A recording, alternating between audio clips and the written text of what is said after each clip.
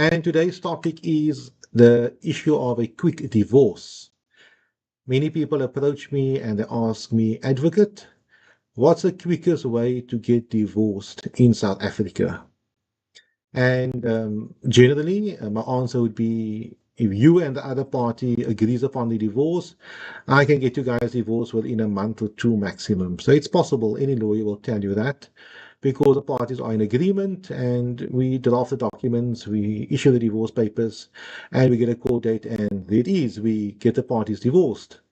But how simple is it? Is it really that easy to get divorced quickly if both parties, on the face of it, come to you and say, we want to get divorced?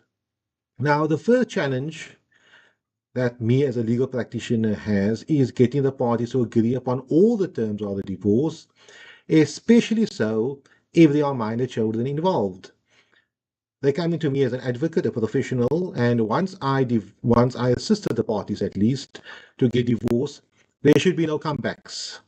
They shouldn't come to me a few months later and say, Advocate, oh, the pension fund never paid out because the divorce clauses aren't correctly drafted.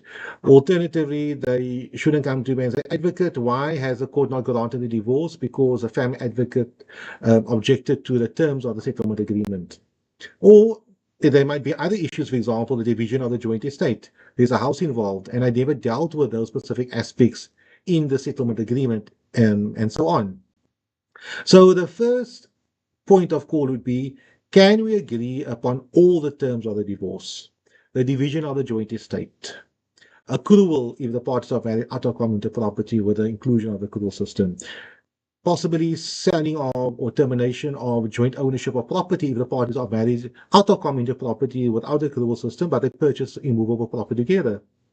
Issue of child maintenance, child custody, the issue concerning guardianship rights of the parents. For example, if one parent travels a lot, can we have a clause in there that one parent's consent, only a single parent's consent is required for the minor child to travel overseas, or for consent for school excursions, the application of a passport, and so on. So these are the things that we have to deal with properly in a settlement agreement if the parties want to get divorced.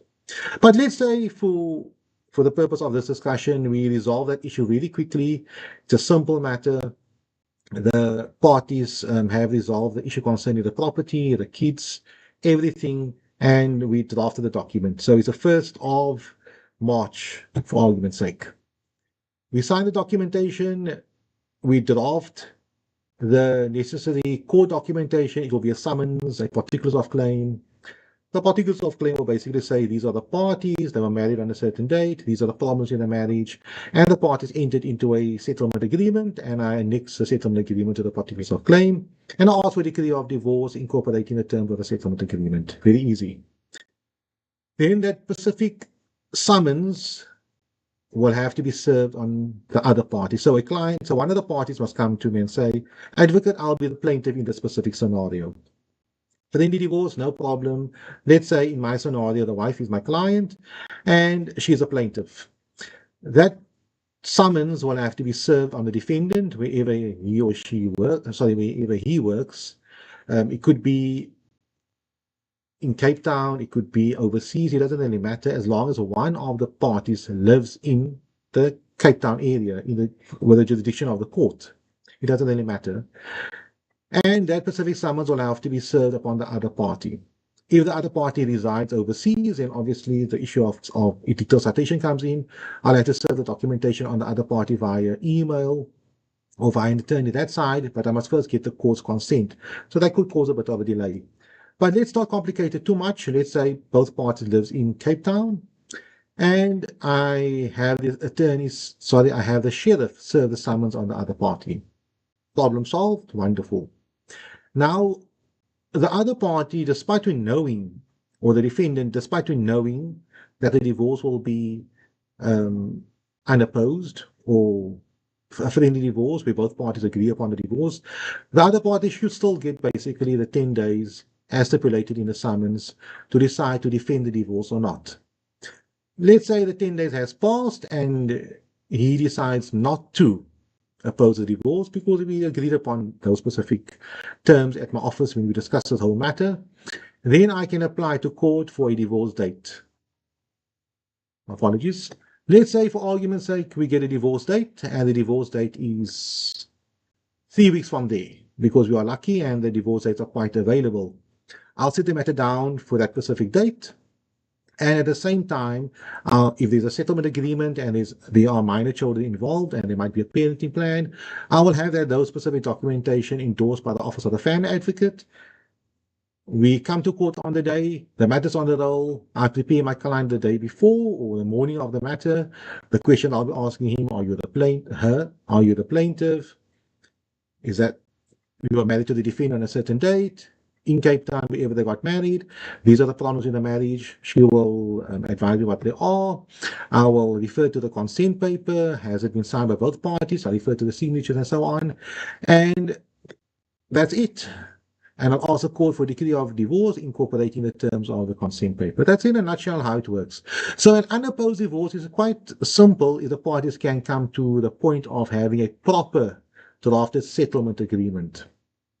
If that is the case, great, the matter will proceed and it can be finalized very quickly. On the other hand, and I'll mention this, if the parties cannot come to an agreement, and let's say the wife comes to my office and say, my husband won't agree upon anything, I can still draft the divorce summons. I could still potentially attach there to a settlement agreement, allowing the other party an opportunity to sign there too. Or I can have an alternative clause. I can say, oh, my client would like to have the following A, B, C, and D. Alternatively, the settlement agreement, if signed, should be made in order of court. These are all the possibilities. But if the husband in the scenario decides not to defend the divorce action, and the 10 days has lapsed, then the divorce will proceed, but based upon what my client has asked for in the divorce papers, in the summons.